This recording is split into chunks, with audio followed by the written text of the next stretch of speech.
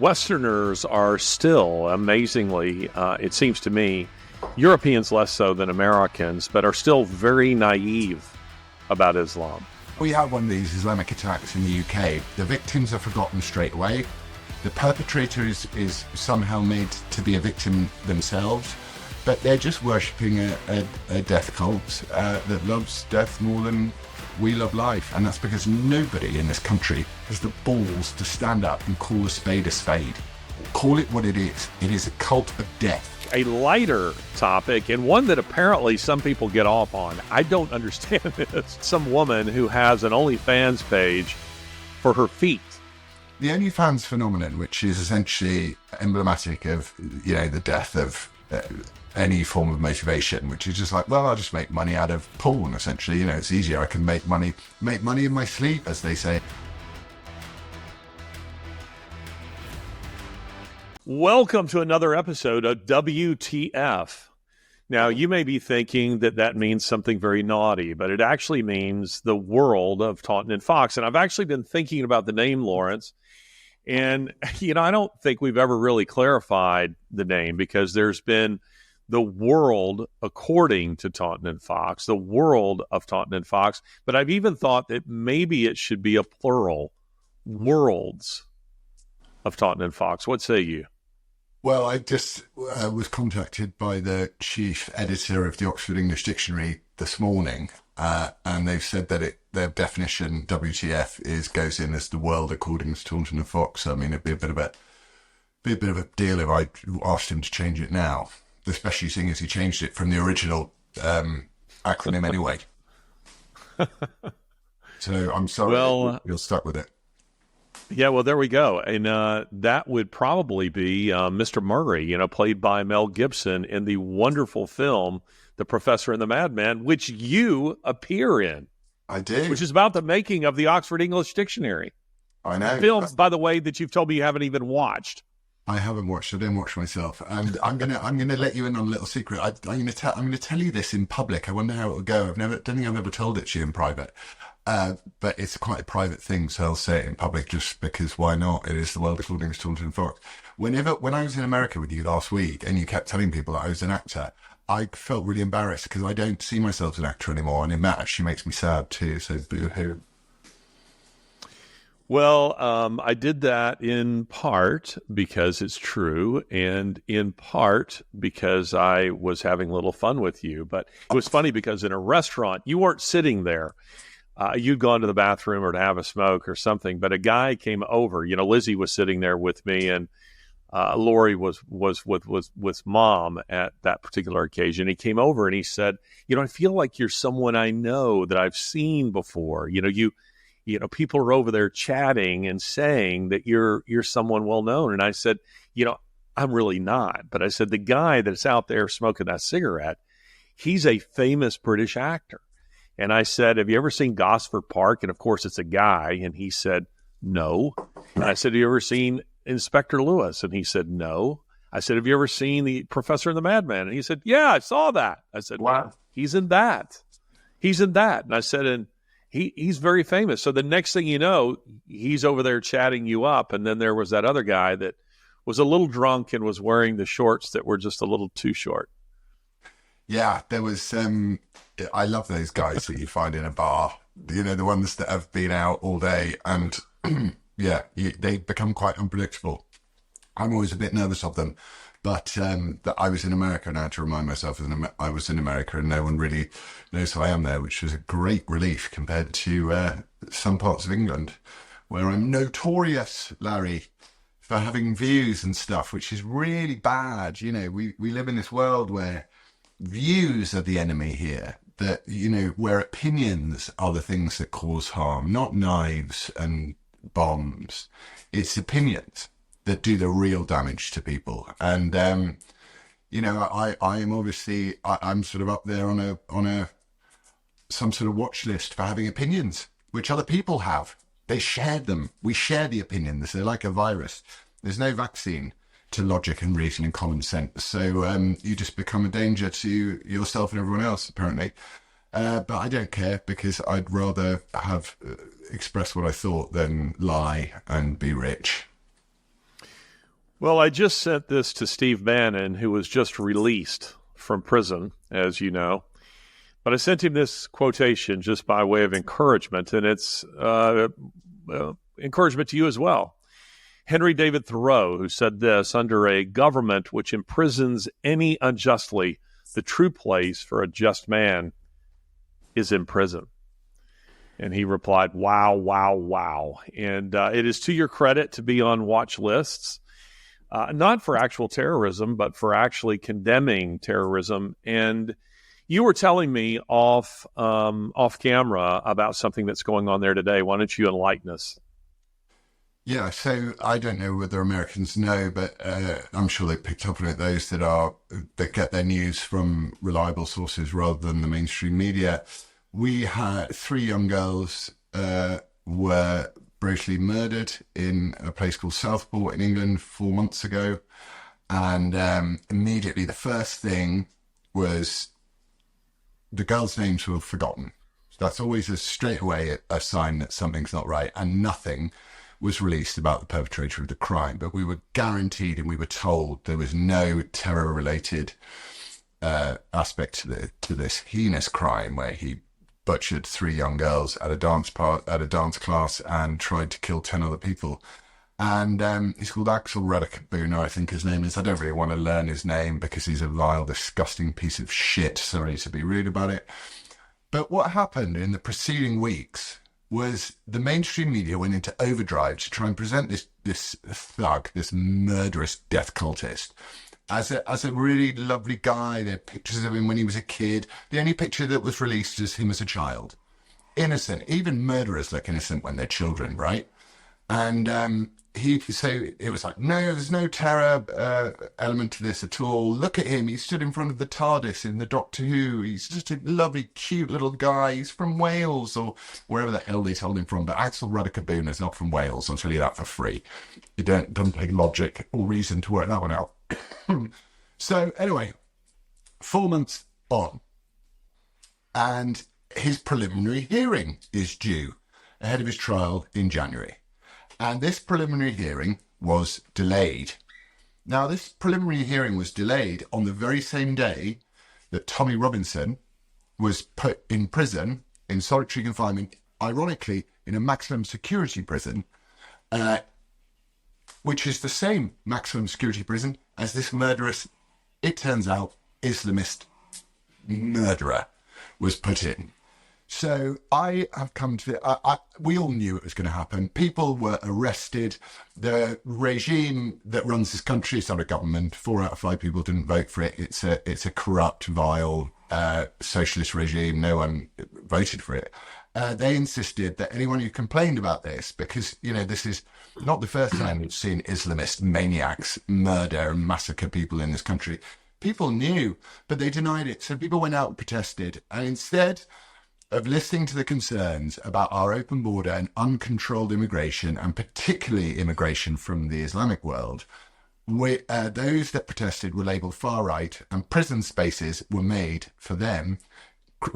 Actual crooks, actual paedophiles, actual violent criminals were released to make place in prison for people that had tweeted their dissatisfaction at our government's ability to control our borders and protected people, which is what they're paid to do. And today it is announced that they did indeed find a jihadi terror manual in his possession, and they did indeed find a plan to build a biological weapon as well. So we were all right. And I'm absolutely furious. And I just don't know what more the British people are going to do before they turn around and say this is abject corruption of the highest order, And it's just so sad that whenever we have one of these Islamic attacks in the UK, the victims are forgotten straight away. The perpetrator is somehow made to be a victim themselves, but they're just worshipping a death cult that loves death more than we love life. And I've just got to the point where, I will follow Jesus's teaching that every human life is sacred, and I will do that, but I will not follow the belief that every ideology is sacred too. And I think Islam is a death cult, and it's a rot on our society and our culture. And I think the sooner it's removed from Great Britain, or its most ardent followers are removed from Britain, the better. Well, there's not much for me to add to that. You're spot on.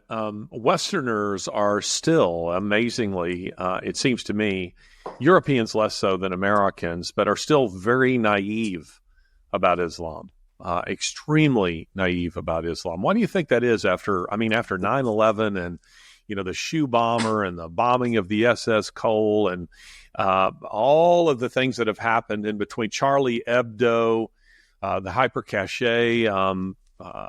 terrorist attack, all of those things, the Bataclan in Paris. Why do you suppose people are still so naive about Islam? I think that there's an element of a good intention behind it, which is that people, it's not naive, it's more utopian to think that, cultures that are separated by hundreds of thousands of years of development and every single value, that they should try and rub along. Everyone should try and be friends. It's a very British way, to try and say that. But there's also a more sinister element to it, which was straight after 9/11. The word Islamophobia was coined in the British media, and it was used frequently in the British media, particularly by the bullshit broadcasting corporation, the BBC, of which still quite a large proportion of the older generation watch, thankfully much less of the younger generation watch. And this word Islamophobia started to creep in, and we were made to feel bad and in some way crazy if we didn't immediately respond to the values of a religion that celebrates child marriage, martyrdom, death for apostasy, first cousin marriage and Sharia law. If we didn't go, wonderful, what a brilliant idea, we were in some way racist or phobic, irrationally frightened of it. And that has permeated our culture in exactly the same way as constantly telling school children that the world's about to burn up in a massive ball of climate emergency fire.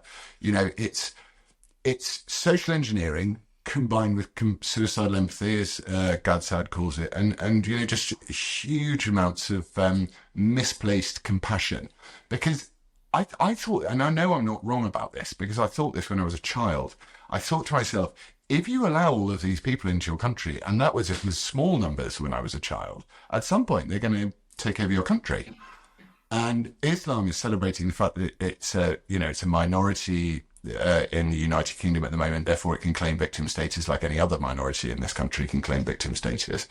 And it's just waiting till 2065, I think their official date is, when Islam takes over whatever is left of this country as the majority culture and the majority religion. And at that point, you'll find your women, our grandchildren, my grandchildren will be covered up and will be subjected to first cousin marriages and will be subjected to child rape.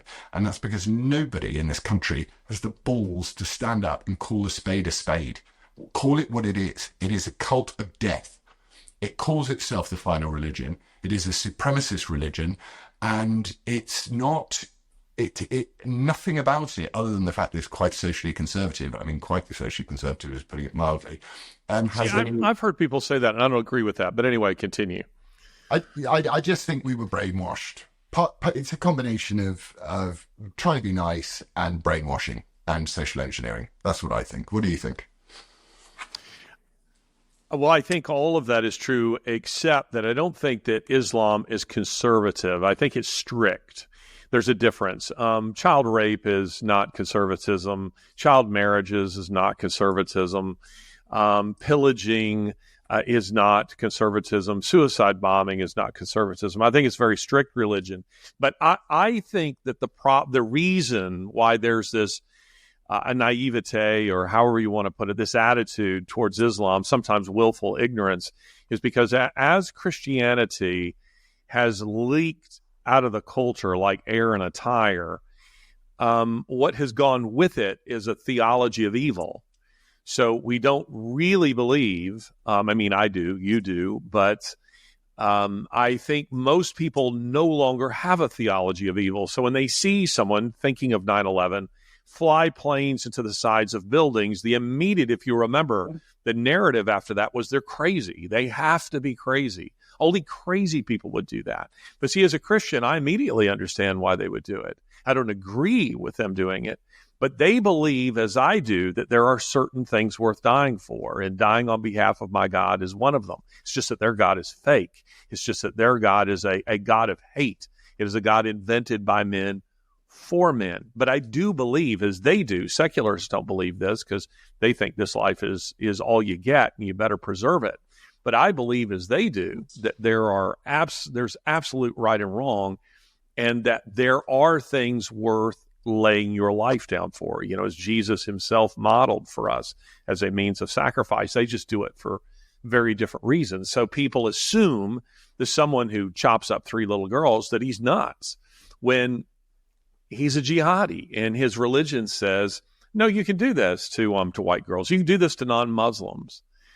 You can do it, and it's okay to do it. So I think frequently we're attributing things to insanity that really is, and you said this at the beginning, it's ideologically, or as we like to say on Ideas Have Consequences, ideologically driven. It's driven by idiots with bad ideas. Yeah, it grabs one's brain in such a way that I'm so angry.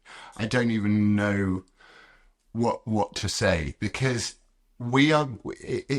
Trump talked about the enemy within and that sort of thing, and the left go crazy for it. They're like, he's talking about you, all of you.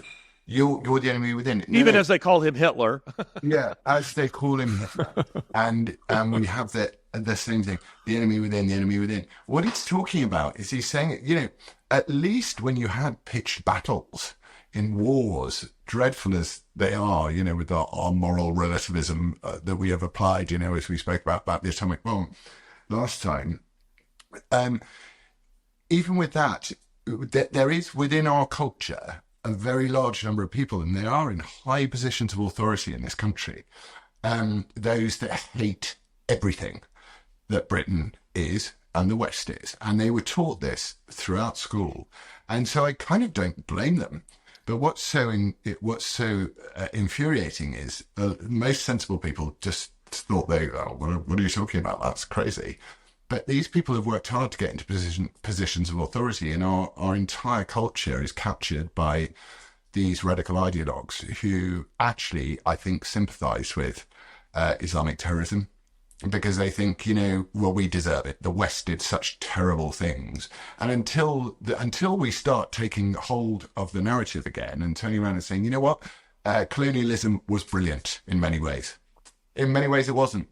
But we need to have a balanced discussion about it. And as someone I love deeply once said to me, he said, they're always complaining about colonialism, but they're never complaining about the railways that we laid down for them and the system of law that we provided for them. It's always what we did wrong. And we live in a culture of victimhood. And I think what you were talking about rightly is that as Christianity wanes, it has to be replaced by something else. And the theology of good is vanishing fast, because that it's being replaced by the false theology that everyone is good, because they're not, and the Bible tells us that quite clearly. But what we lose, the really important thing that we lose, is what you say, which is we lose the theology of what is evil. And therefore, in the same way that we try to make excuses that all people are good and they just have mental health issues and that's why they massacre children, we lose the theology of what is evil, and we can't call it anything. It doesn't have a name. It's like racism. If you call everyone a racist, or if you call everyone Hitler, Hitler stops meaning anything. And then you get revisionist historians who actually say Hitler was a good guy. And you just end up in this, in a whirlpool where everyone is drowning in lack of reason and lack of common sense. And it feels just civilizationally like either the West bucks its ideas up big time, or the West is finished. And, no one will be able to say in the future you weren't warned. Not to get too academic here, but have you ever read Hannah Arendt's Eichmann in Jerusalem? No. It's an interesting book. You would like it. You'd be fascinated with it. Hannah Arendt, she's a German philosopher, Jewish, not Orthodox, Reformed Jew, but She fled Hitler's Germany, I think, in 1933. She made the poor choice of going to France, and in 1940, she escaped France and came to the United States. And she was a very interesting woman. And she was sent by the New Yorker to cover the Eichmann trial. You remember, Eichmann in Argentina. They drugged him, put him on a flight, and he woke up on trial in Jerusalem. A very bad place to show up if you're a Nazi. And Eichmann had never killed anybody. He was chief of logistics for the Final Solution. It was his job to see to it that the trains ran on time to Auschwitz and Mauthausen and Buchenwald and these kinds of things. And so Hannah Arendt was there. She wrote a series of articles, I think, for the New Yorker, and those articles were turned into the book, Eichmann in Jerusalem, subtitled A Report on the Banality of Evil. And this is what she said, which is fascinating. Some think that, this has been debunked. It's biblical. But she said, the world that watched the trial didn't get it. The judges didn't get it. No one who was covering that trial really seemed to get what the lesson was here, because they all came away from the trial saying Eichmann is crazy, he's insane, and that's why he did these terrible things. And she said, and yet 3 psychiatrists all evaluated him and said that he was normal. He was an adult when he joined the Nazi Party. He had never been a member of the Hitler Youth, so that his mind wasn't warped in childhood. He'd never read Mein Kampf. He wasn't particularly anti-Semitic. He had never actually killed anyone. What he was a regular guy who was ambitious and who was ideologically vacuous. And he wanted to climb the corporate ladder. And when he worked for an oil company, he was trying to climb that one. And when he became a member of the Nazi Party, he was determined to climb that one. And that meant just simply doing his job efficiently, meaning that she came away saying, to your point earlier, that all human beings have it within them to do these kinds of evil things. And when we adopt evil ideas, it's like gasoline on the flame of human nature. And that's what Islam is. It's gasoline on the flame of human nature. And whereas the Christian faith is, seeks to restrain our darker impulses. And the reason I find, Evelyn Waugh's statement so interesting when someone said to him what an awful human being he was, and he said, I am. And yet imagine how much worse I would be if I were not a Christian. Don't you agree that, what you were saying about Islam just a moment ago, don't you agree that the ideology exacerbates human nature? Yeah, I do. And also I think that, there's that, I don't know how I get to this point properly, but there's this idea that you don't give a lecture to someone who needs a hug, right? So that if you just break Christianity down, I'll take a hug. Yeah, but if you break Christianity down to its most what you would teach a school child, you would say we are all bad people. We have bad thoughts in our heads, and we do want to do them, and we will do them. We will do bad things in our lives, but someone absorbed all the pain in the world so that you could be forgiven for the sins that you will commit and have committed. And that is a constant reminder. I suppose it's the insertion, even if you don't believe in the Christian faith, if you take it on a purely academic, philosophical level, it's the insertion of a conscience where conscience doesn't exist necessarily. And as you say, this man can sit behind his abacus and his, train charts, inadvertently plotting the most efficient murder and destruction of millions of Jewish people, and not think twice about it. Whereas what Christianity seeks to do is it seeks to soothe first of all, it acknowledges the sin, which is the most important part of it, I think, which is to say you are sinful. We start from that position.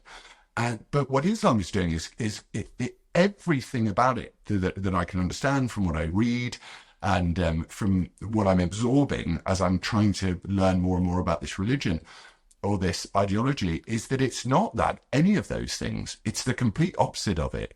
It is the, you know, it's the justification for the baseness and the banal baseness of human torture and murder. And it's why you see on the left these people, they're going, he's Hitler, he's Hitler, he's Hitler, he's Hitler, he's Hitler. It's like, no, he's not Hitler. You know, this is not a mass murdering man. And, you know, with these generals coming forward and saying, oh, he's Hitler, he's terrible, he said he sympathised with Hitler. I'm like, well, why didn't you say it first time around then? You're a liar. Your heart is full of deceit. And the more I've been saying for ages that Islam is going to be the election topic of 2029 when it comes around, once the socialists have destroyed the economy and everything else. And I think at some point someone's going to have to face up to the fact that we have amongst us an ideology that for many, many reasons was kept totally separate from the Christian world, and was repelled and fought off at every available opportunity. Well, let's turn to a different topic, a lighter topic, and one that apparently some people get off on. I don't understand this, but you called me yesterday and were telling me something. I was a little distracted about some woman who has an OnlyFans page for her feet. Yeah, so the only reason I really come across her at all, she's called Lily Allen. She had a sort of minor pop career probably 15, 20 years ago. She's now, you know, a very unhappy 40-something-year-old divorced mum of however many children she's got now, by however many fathers. And she has obviously gone, you know, I can't make any money out of music anymore because I'm not, you know, you only have to look at some of Britney Spears' Instagram posts to know that it doesn't last. It doesn't last. And so she started an Instagram an OnlyFans for her feet, which I was sort of having a moral, not dilemma, but a sort of moral question with myself. It's like, obviously we understand that you see these things on social media every day, these girls going, but I'm going to do like 100 men in one day. Just sign up to my OnlyFans and you can see me do 100 guys in a day. And you're like, I'm sure there's some, I mean, I suppose it's... that was circulating just this last week. It was. Somehow it ended up in my feed, but yes, that is true. It ended up in everyone's feed, and I wonder why. Okay. As well. And maybe it was an ad, I don't know. She now wants to do 1,000 guys in a day, which just sounds painful. Anyway, I was trying to work out whether the OnlyFans phenomenon, which is essentially emblematic of, you know, the death of any form of motivation, which is just like, well, I'll just make money out of selling, you know, I'll just make money out of porn, essentially. You know, it's easier. I can make money in my sleep, as they say in Les Miserables. So I was trying to work out whether there was an acceptable level of OnlyFans, and does selling your feet for cash, do you have a problem with that? You know, we were talking about merchandise, you know, that we need merchandise for WTF. And by the way, we are working on, you know, because you have that brilliant Union Jack and the lapel pin in the shape of a heart. So we're going to do it. Yes, you grab it, and then so people can know where they can get that. But then we're going to make one that's half American flag and half Union Jack for WTF. You know, I'm an American, you're a Brit. But I don't see why we don't, you know, do some kind of feet thing. You know, I have lovely feet. You probably have lovely feet. Why not? My feet are We're capitalists. My feet are horrible. So here we have the there's one. Oh, see, we could sell that. Please, people are watching. We could sell that. Look at this. Don't look at his feet. Look at this. So that is, this is our little beautifully made pin, and it's our way of saying FU, WTF to the Wokesters. And I ordered them. Oh, it's boxed. It's on the Coach stores, and I I came up with the idea because I thought, the Brits are so modest that maybe just having a little symbol of saying I love my country might be good. Anyway, we got 1,000 in or something like that, and we sold them all in 2 days. So we're getting 5,000 more in, coming in, I think, on Wednesday, so people can order them again. But yeah, we're going to do one for you, and we're going to build this culture stores because we think it's a really good idea where we can sell merchandise which is associated with people or shows like our show, and people can say, I like that and I want to, be part of it, and it's a way that they can be part of it. And if we see someone walking down the road, we can immediately go, like a rainbow flag in the olden days with the gay community. You can go, oh, I'm safe there. So you can go and give them a big hug and say, welcome to loving the country. So yeah, we've got yours is in order. But I mean, selling feet, your feet I wouldn't pay for. Sorry, man. Sorry. I'd pay for locks. Would you pay for hair. feet? Would you pay for anyone's? You'd pay for locks. I tell you what I would join your OnlyFans for. Someone with really nice hands. Maybe if Laurie put some nice nail varnish on and she just stroked through your hair in close up. I'd subscribe to that for $1 a month. Would you? Okay. Yeah, I'm ready. I'm ready. What appendage of yours should we be selling on OnlyFans?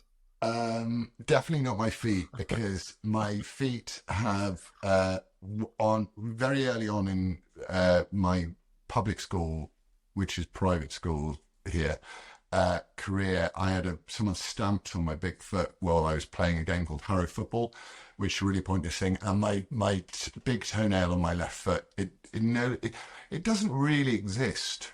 So I'm not sure foot fetishing is going to work for me. What could work? Lizzie says I have nice lips. Maybe I could do lips. Hey, lips? No, don't worry. It's fine. Well, you just got back from a spa. You could do like a Rolling Stones kind of lapel pin. The lips. You could do that, and I don't see why that wouldn't work. I remember when I was a kid, my parents talking about a televangelist. I think his name was. Help me here, Jonathan. You may not be old enough. I'm not sure. A guy by the name of Ernest Angsley, I think was his name. Anyway, he was a televangelist. He was a bit of a crook, but he was selling online washcloths that had the image of his handprint on it. And you order it and you put it on whatever is ailing you. And he's prayed over it. And it's like he's saying, you can't meet him in person. No problem. Order the prayer cloth and you get it and you put it on whatever's ailing you, and boom, you're healed. Maybe we should do a version of that with a picture of Allah, and you can put it on someone you don't really like. Why did balloons go up? Was that Jonathan or me? I don't know. I have no idea. Is it your birthday and we didn't know it? Hang on, did I? Your birthday's only 2 days after mine, so it's not your birthday. Yeah. I don't know what caused that, but I like it. It's fine. I like it. It's a nice special effect. It was completely inappropriate to what you were discussing, but okay, that's no problem. What did you think of your visit here? You were here last time we did this show. We were sitting on my porch, and by the way, I should say that as I am speaking, the lift that went through the roof of my boathouse, it has now been removed. I need to tell the story first because this is funny. So, I mean, I think that funny to you. So, I'm at Larry's house, and Larry obviously is the consummate host, and as has said that his house should be a haven. He feels that it's a gift from God to provide people with space to think and meditate, talk, and which it very much is. And then one day there was an American football game on, which we knew was going to be pretty hardcore. It was Alabama versus Tennessee, was it? That's correct. Yep. And as I've said to the listeners in England, it's the most complicated game in the world, American football. The Americans love rules. But we were sat there and said, would you like to go out on the boat before lunch and look around the lake? Apparently this lake is the poor lake compared to the rich lake, which is called, what's the rich lake called? What's the The rich one lake near called? the richer lake, the one Martin, Lake where Martin. Lake Martin, which is way more expensive. That is So correct. it's so absolutely opposite of how Britain would work. So the crowded lake would be really cheap, and the quiet lake like yours would be really expensive. Anyway, so we go on the boat. Michael, Larry's eldest son, who's a very, he's a thoughtful lawyer, very, serious but funny. We go. They have these lifts that they lower the boats. It's called a pontoon boat. So there's no speedboat. It's like just a pontoon that goes along, and people can have beers on. It's lovely. And we thought we'd have a look around, the nice houses on the lake. And Michael, in his rush to get everyone happy and on board with kids and various, accidentally left the boat lift on. So as we were scuttling off, we came back and we saw this. Everyone was going, "Oh my God, look at the storm damage to your roof, Larry." But it turned out that the boat lift had actually decided to not stop at the top. It just carried on going up through the roof. And you were asking me how I felt about my trip. I was sent as the vanguard of the, let's see in what level of bad mood you're in. Yeah, So because I wasn't on the boat. I stayed back. Yeah. I was sitting on the porch, and then you came. I then came and you did what would now be called child abuse, even though Michael's an adult, which was you said, "Okay, son, it's okay. You just need to sort that problem out. I don't want the boat to get damaged in a storm because it's now freely floating in the water. Deal with that, make that good, and we're all good. Thank you." Which would now be seen as child abuse in any other country in the Western world. What did I make of my trip? I'm constantly, and I don't know, I still can't get my head to the word of it, but you have a sense that you're not, that the interference from the government is, it's sort of regrettable. They don't want to interfere in your life. If they're forced to, they will, but they don't want to. You get that very much the sense, and it's like, this is your playground, go and play here.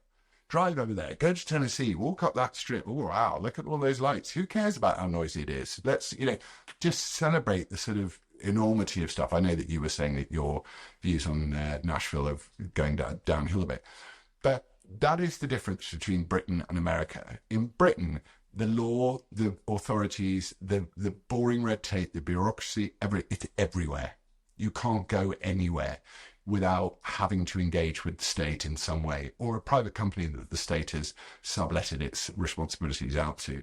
And in America, just geographically through the accident geography, is just such a wonderfully optimistic and hopeful place. And that's not to say that there aren't problems in America. There are many, many problems in America.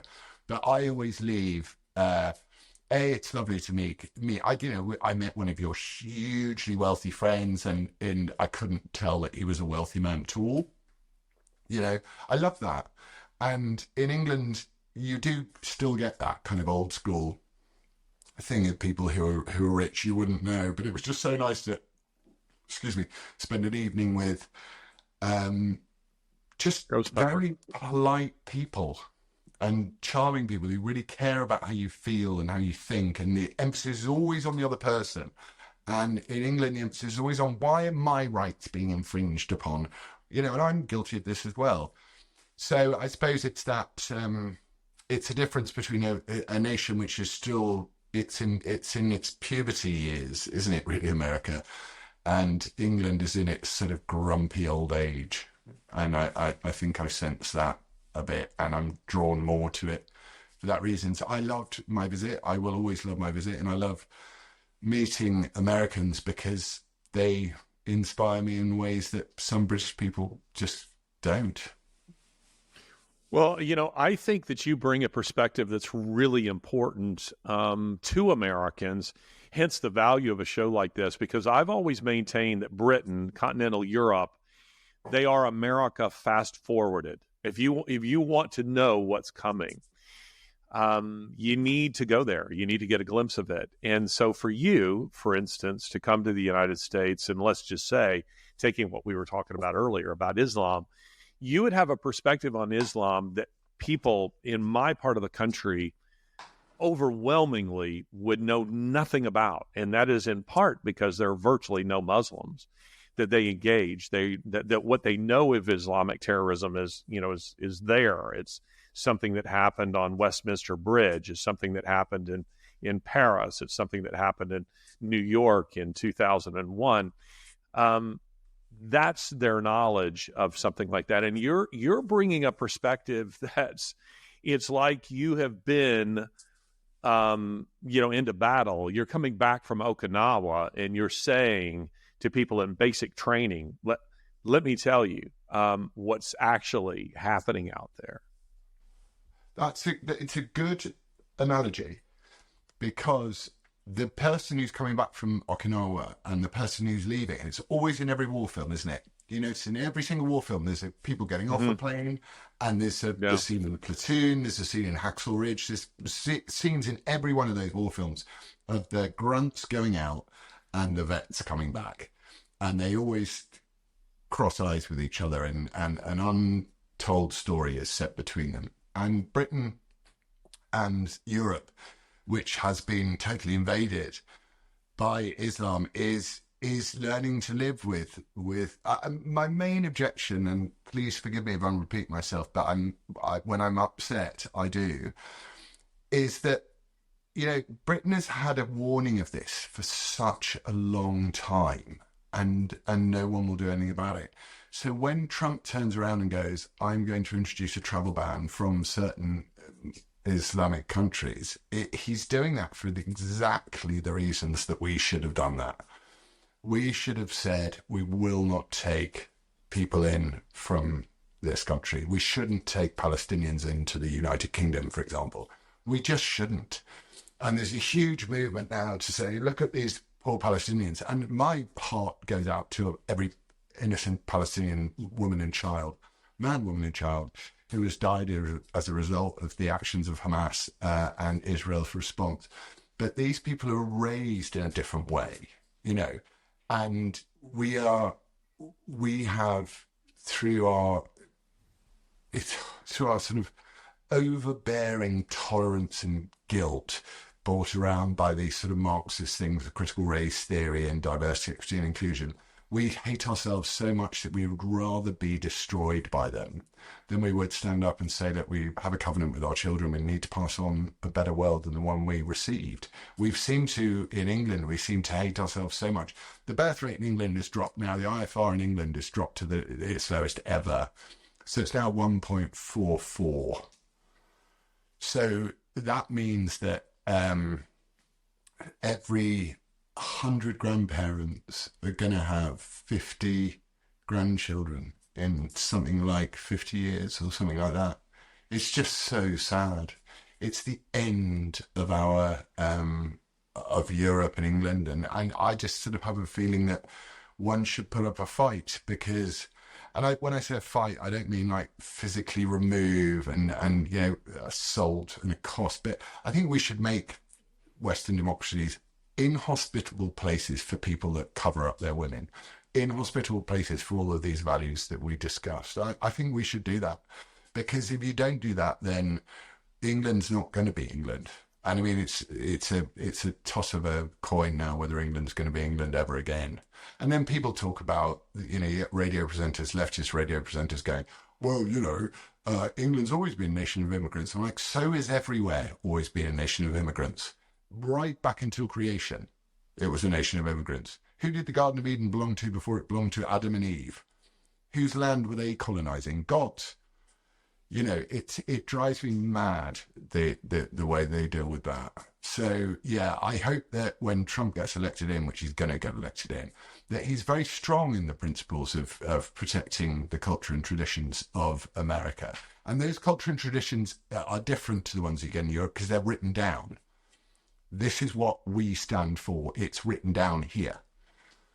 Life, liberty, and the pursuit. Yeah, well, you have to be able to say we hold these truths to be self-evident, right? I mean, to me, that's the litmus test of getting into the country. Of course, we know that Muslims believe that they can lie so long as it's to advance the cause of Allah. But, I'm wondering if in Britain, if your experience, you'd mentioned before the comment, my tweet about Nashville.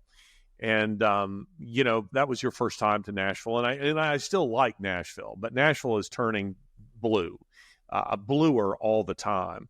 And that is because you have this flight out of blue states into red states. And Nashville, now not Tennessee, not the whole of Tennessee. That's a different story. But Nashville's losing some of its southern charm because of that. So you have people who are fleeing blue states. Many of them, not all. In fact, one of the guys I was just talking to about the boat lift, he happened to mention that a lot of people who are moving onto these lakes are from New York and Boston and Chicago and so forth, California. But he says many of the ones he's encountering are people who hate blue state policy. But there are others who, it seems to me, they're fleeing those things, but they bring some of those same attitudes with them, and they never connect their voting habits with the policies that they're trying to escape. So they end up, making a mess of the places where they move to. And to me, that's what I'm feeling in Nashville. I feel like that's happening to that city. But is there a similar phenomenon in Britain? I mean, where people are moving into the countryside? I mean, you did. Are there other people who are doing that? They're just saying, enough of the city. I want to buy a farm and get out of the city.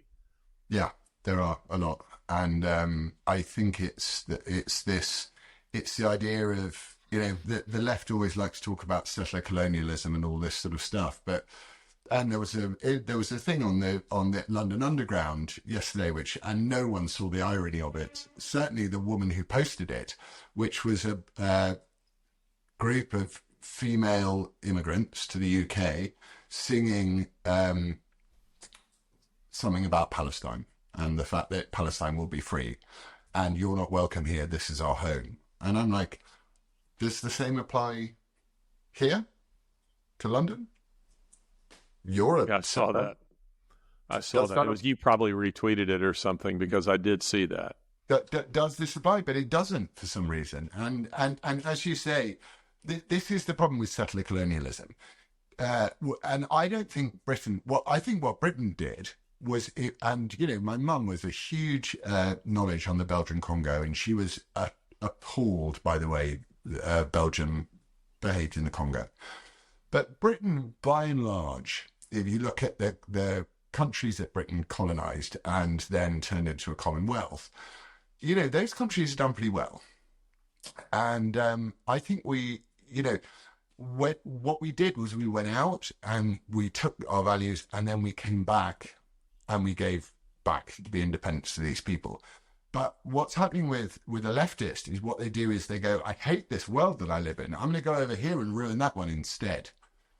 They don't ever think, I'm going to learn from my mistake. I'm going to learn from what happened with, mask mandates for children in primary school in Massachusetts or New York, and, the appalling treatment of the handling of the COVID stuff. They will come into cities where bad ideas are, the desire of the globalists is to get us all into cities. That's what they want. They want us in cities, upset, so that we will take very draconian and authoritarian rule, and bad ideas can begin to fester. They're much harder to fester when my nearest neighbor is, he wouldn't hear me if I shouted, put it that way. And when I go after this conversation, go down to the local pub to catch up with people and hear what they have to say about this horrible development in news, those people's lives are not changing because they have lived here for a lot of time. But the people that are coming out here, like me, are the people that are so fed up of London that they're not bringing liberal values. They're coming here to find their country again. And I think I've had a message from a guy called Chris this morning, who I'm friends with, who says that him and his wife are leaving in December. And he said, we're never going back. And I get messages all the time. Leaving the country? No, just leaving London, leaving the cities. Gotcha. The cities, as I've said, vast swathes of East London are not recognisable as British on any level. But we're told that we must celebrate it and welcome it because it's diversity. Very strange word to use, that one, the left co-opt. I can understand how they would try and hide abortion behind reproductive health care or female reproductive rights, but diversity, when it's the exact opposite of diversity, is a strange one. But people seem to buy it. It's in everywhere. I'm chuckling here because I'm remembering as you use the word diversity, when I finished graduate school and I was teaching in kind of our equivalent of a Harrow or an Eton here, I was sent against my will to a diversity conference, and it was called Celebrating Diversity. Now, this is 25 years ago, so this isn't last week. This was kind of when this stuff was really kind of just getting cranked up, and I'm sitting there with all of these other people, and up front is a white woman and a black man, and they said, "Hey, Phil, hey, Angela, let's see what we've got in the crowd here. Sounds like a great idea. Let's see what we have here. Let's celebrate diversity among us here. How many white people? You're white, sir. Yeah, another one. Yes, thank you. How many more? Celebrate you. How many women do we have? There's a girl. I see ya." And they just kind of kept going, but then it got increasingly absurd. And then it became, so we have heterosexuals here. You're a heterosexual. Gotcha. I heard you over there. Yes, sir. How many lesbians? And then it just kept going and going and going, as you can imagine. So I'm sitting there and they're saying, we celebrate diversity because that's the world we live in, and our strength is our diversity. And I'm sitting there thinking, if I were to say here, you left me out. I'm a cannibal. I was about to say that. I'm a cannibal, and it is great to meet all of you. It is great to meet all of you. Celebrating diversity for diversity's sake makes no sense at all. Our strength is found in our commonality. It's our ability that the two of us are friends, in spite of the fact, not because of, I'm American, you're British. You come from a very different family experience than my own, but we find, in that Venn diagram, we overlap and we say, yes, Lawrence Fox and we hold these truths to be self-evident. These are things that we both hold dear, and they're the basis of a friendship, but they're also the basis of a society. And without them, you destroy the fabric of society. 100%. Jonathan, that's the trailer when he starts talking about the diversity conference. That's the trailer, and that needs to happen. Yes. What is diversity then? So I always thought diversity was the fact that we are rooted in the same ground, but our views may differ. That's what I thought diversity was. I didn't think diversity was we're rooted in the same ground, but look, hey, you're brown, so you must have a whole different set of views than me because you're brown. Yes. And it's like, no, or gay. And I tell you that I have a huge sort of sub-fan group of gay friends and gay people on Twitter who support me a lot when I burn the child mutilation cult flag, because they're sick of being lumped into that diversity bracket as well. I think diversity is you just apply the leftist rule to everything, which is whatever they're saying is the exact thing that they're doing. So when they say diversity is our greatest strength, you go, diversity is pure evil and must be completely removed from the world as soon as possible of anything other than opinion. Yeah, well, I was sitting here as you're talking because you're so right. I was looking up 1 Corinthians 12, and I won't read it here, but why not read it? I would point people. Well, I don't. It's too long. I don't want to read the whole thing here, but I'll give you just a little sampling of it. For just as the body is one and has many members, all the members of the body, though many, are one body. So it is with Christ. For in one Spirit we were all baptized into one body, Jews or Greeks, slave or free, and we were all made to drink of one Spirit. For the body does not consist of one member, but of many. If the foot should say, because I am not a hand, I do not belong to the body, that would not make it any less part of the body. And if the ear would say, because I'm not an eye, I don't belong to the body, that would not make it any less part of the body. If the whole body were an eye, where would be the sense of hearing? If the whole body were an ear, where would be the sense of smell? But as it is, God has arranged the members of the body, each one of them, as he chose. If all were a single member, where would the body be? As it is, there are many parts, yet one body. So the point being, the biblical view of diversity is like, I think of a house. You have many people with different skills that are at work, but all building, striving for the same thing. So you have plumbers, you have electricians, you have roofers, you have carpenters, you have guys who are pouring the concrete, but all towards building the same thing. And that's what we mean when we say we hold these truths to be self-evident. That's the brilliance of the American, idea. And it is an idea that we're building a society that we are overcoming the fact that he's German and I'm of Italian origin, and that guy over there is of Polish origin. But we're able to overcome all of our differences while maintaining some of those differences, maintaining some of those traditions. But we're able to say we believe that these are the ideals, the rights that were inalienable rights that were given to us by God. And we're going to build our society on that. And when you bring people into a society, Confucius said this, he said, he who sets to work on a different strand destroys the whole fabric. And that's really what we're talking about. It's an alien culture. It's an alien psychology. There are people who come in who do not share those values. But from a Christian point of view, this is what diversity is. Diversity is where there are many parts, many members, many gifts, but all working towards a common goal. Unlike the parasitic leftists, which you've got to take your hat off to them, because they're so good, is to each according to his, ability, to each according to his need, or whatever it is.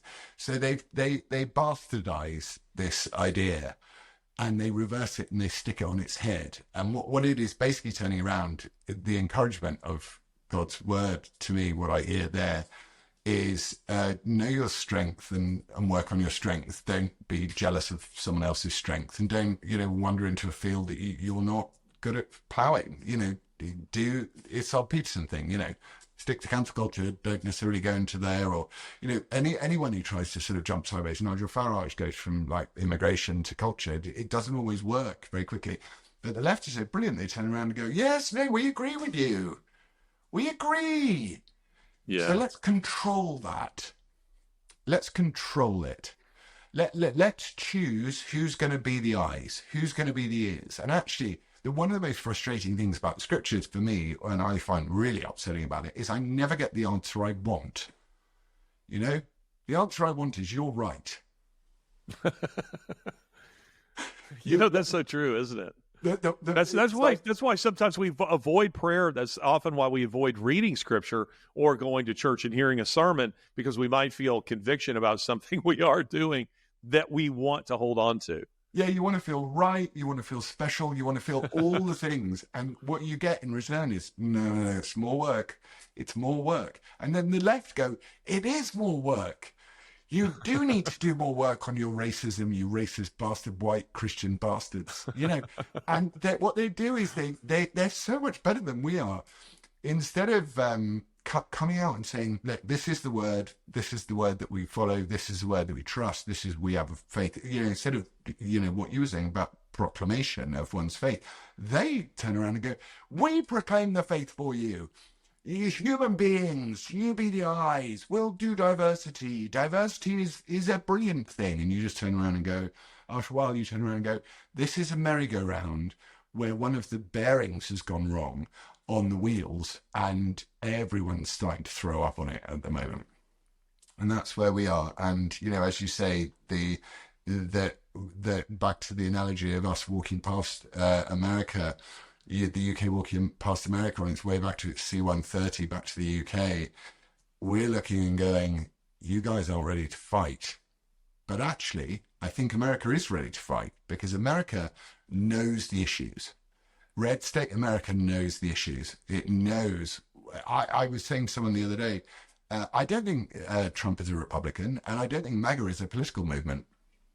I just don't think it is. I think it's. I'd imagine there'd be just as many Democrats would be on board with it as Republicans, actually.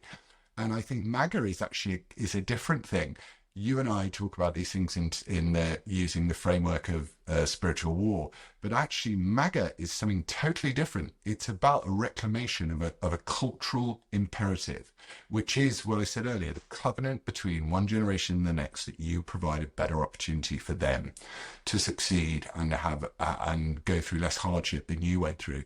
Well, the left, you're going, no one needs to go through any hardship.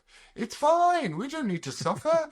It's cool. You don't even need to suffer at all. You're depressed? Die. We'll kill you. You see, no more pain. It's true. They love death. Because they are going. They don't think there's anything after beyond our existence. They don't think that. So they just think, well, make this time that you have on this earth as happy as possible for you. If you're a moron and you happen to get cancer for some reason, just die. Don't fight it. Don't put your life in the hands of God, which has some meaning. Put your hands in the life of me in my nitrogen chamber, because I can save you and your grandfather, because he's a drain on the family, isn't he? These people. Well, you kind of. Yeah.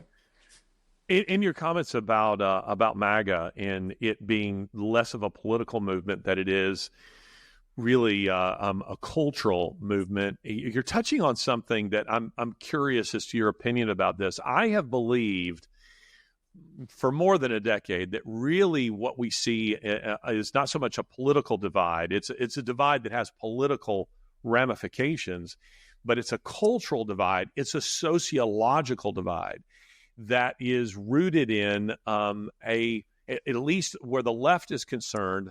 And let me say this at the front end.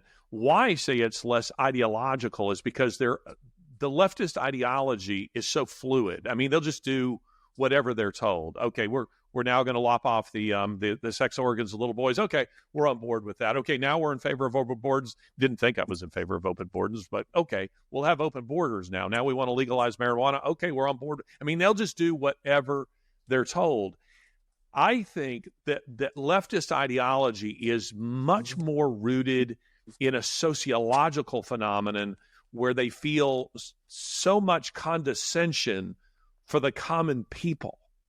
They will not align themselves with someone on the political right because they deem them to be less sophisticated, less urbane, less, they don't belong to the club and they don't want to associate with them. So no matter what it is that MAGA embraces, the left is going to repudiate it, even when it's something that might be in their own political interest. I mean, open borders is a benefit to no American.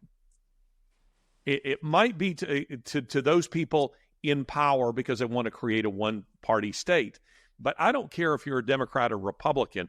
This is going to destroy your communities long term. I mean, that's what you're talking about. It's happening in London. So it's sociological, don't you think?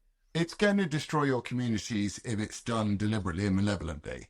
It's not going to destroy your communities if it's done naturally and organically. It's the same as the RFK thing about saying if you reframe the climate change debate around protecting habitats rather than capturing carbon, everyone would be on board with it. And immigration is the same deal. It's like, of course, immigration is good for a country. It's good. I like. Well, go back. Less about immigration or open borders. My point is that even on topics that Democrats have traditionally been for or against, when those are adopted by Republicans, or rather by MAGA, for instance, patriotism. I mean, the Democratic Party has been historically patriotic until the last 25 years anymore. They're not. These people are not Democrats. It's just a name that goes. It's like Pelosi said. A blue balloon with a D on it would win in this district. It's. Well, see, I'm trying to force you to answer my question, though. Okay, come on, help me out here. Okay, I'll answer it. What's the question? Don't you agree that this is more of a sociological thing because they don't want to be associated with people they don't believe are as sophisticated or as urbane or as good as they are. Yeah, I mean, I feel this in Britain too. I don't like the word sociological because I don't know what it means. Which is the thing. Say cultural. Yes, cultural works. I think it's a much baser human emotion, which is greed and jealousy and envy and power and control. So, I imagine that in Soviet Russia, the dachas that were built for the good communists, they didn't want a bunch of people doing the fields in front of them. They just wanted a perfect field in front of them, and then they could wander down to the lake with their mistress and, behave in whichever way they wanted to behave, but they didn't want to be around people. The thing about elitist leftists is they don't want to be around people at all. They hate people, actually, because every single time they bump into a person, they have to have a conversation about what they think.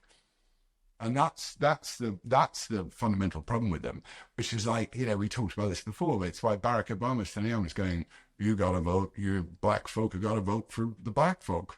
And Joe Biden says, you don't vote for me, you ain't black. It's like, they're just the exact thing they accuse all of us of, which is we want to protect our culture for everybody, and they want to protect our culture for them.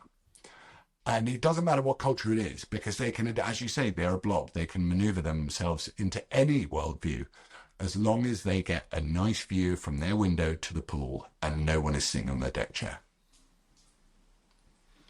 Yeah, they hate people, but they hate the common people most of all. Which is the They don't want anything to do with them. They don't want a thing in the world to do with them, and that's why they don't mind oppressing them.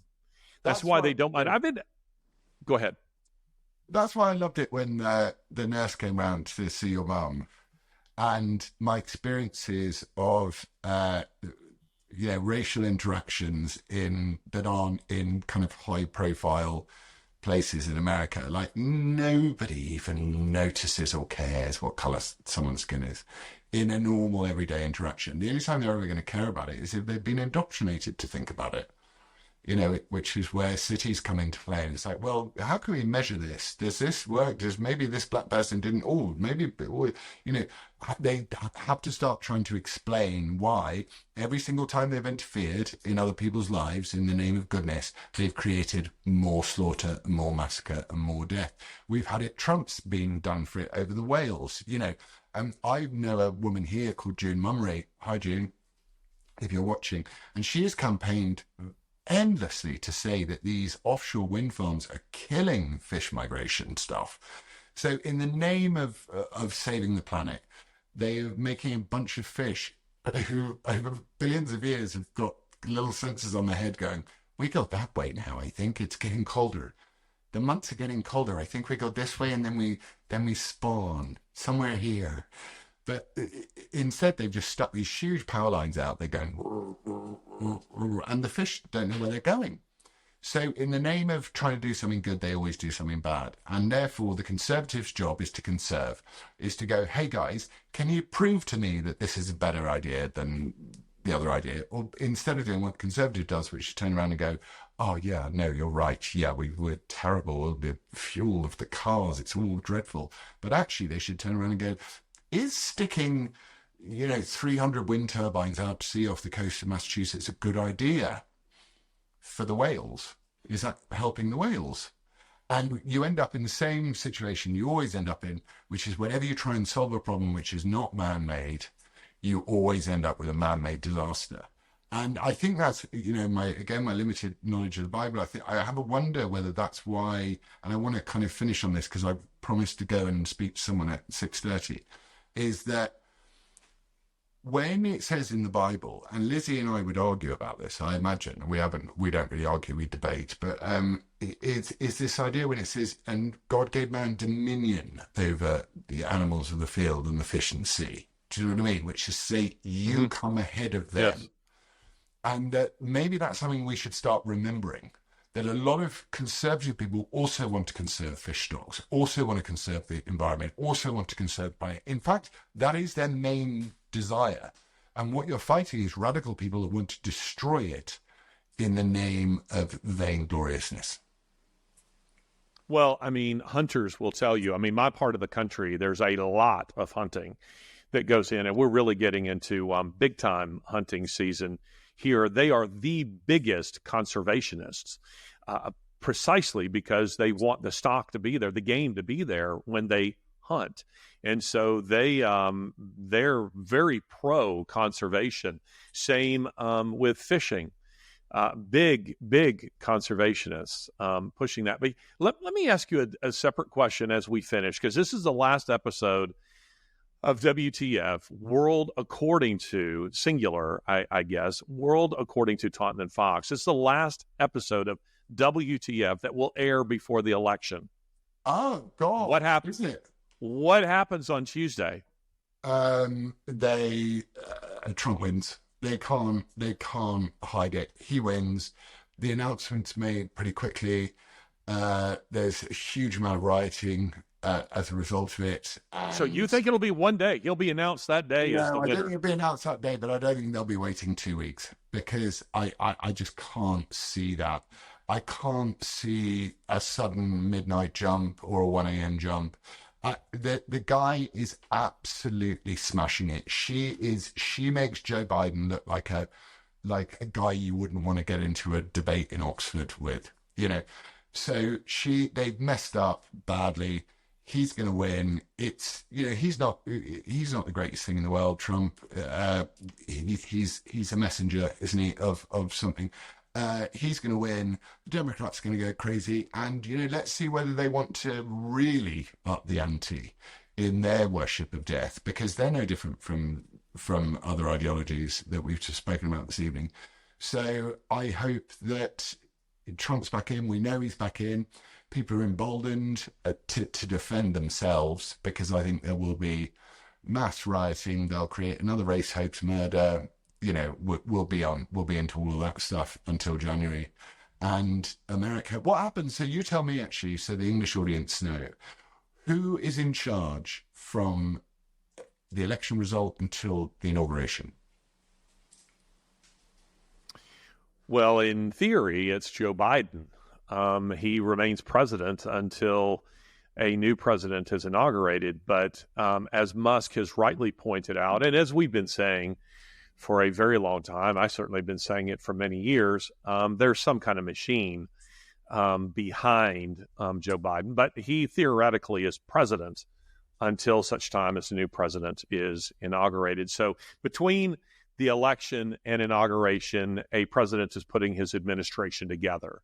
And presumably you're already doing that. You're making decisions about who's going to be part of your cabinet and this kind of thing. But I think, I hope you're right. I hope that that's the way it goes, minus the rioting. But I just think that Democrats are prepared to burn the country to the ground before they will allow Trump to take office. And so I'm not expecting election day. I'm expecting election week. But I would love to be wrong. I would absolutely love to be wrong when it comes to that. I think we have to be prepared for that possibility. And I sort of feel a little bit like right now I'm speaking to, I'm a coach and I'm speaking to my team, and we're up, by 3 touchdowns, and there's just a couple of minutes left in the game. And I'm saying, guys, let's not celebrate until the clock hits 0. We need to be vigilant. We need to be ready for absolutely anything. And we need to be ready for the fact that these are individuals who have no compunction about doing absolutely anything. It's interesting that you mentioned that the ashes, they're happy to burn the country to the ground and roll over the ashes. I was speaking to someone who is quite heavily involved in the Trump re-election campaign yesterday, and they said that he knows he's learned all of the mistakes that he made last time in terms of picking his team. So that team comes in pretty hard. So I just have a feeling that we have had enough of the madness. America has had to take the mantle of the cradle of democracy off Britain, and America is going to have to look after it like the ring in Lord of the Rings. And it'll be down to America to guide us through this, which will be the most sticky period in modern human history, and that's I don't think that's underestimating it. It's been 80 years since people went to war with each other, and I think that Trump is absolutely dead set against murder and needless war, and he's all about creating American deterrence again. And I think that we can only pray that he comes back into power peacefully, because if he doesn't, it's going to be a civil war in America. That's what's going to happen. Well, I think the image of a battle for Middle Earth is a great way to end this particular episode of WTF, the world according to Taunton and Fox. And when we come back next week, we should have some clarity at that point. We will. And I'd like to also remind the audience that Larry's a complete moron with time things, because England decided for some strange reason, it's very dark outside now, it will be very dark if the clocks will move forward an hour or whatever.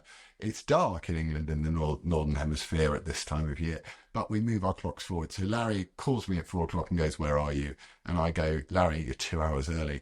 So I managed to get everyone out the other direction. Instead of going forward an hour, I went back an hour. So that really messed us. That really messed us up. I possibly may never forgive you. Well, I love Listen, brother, it's good to see you.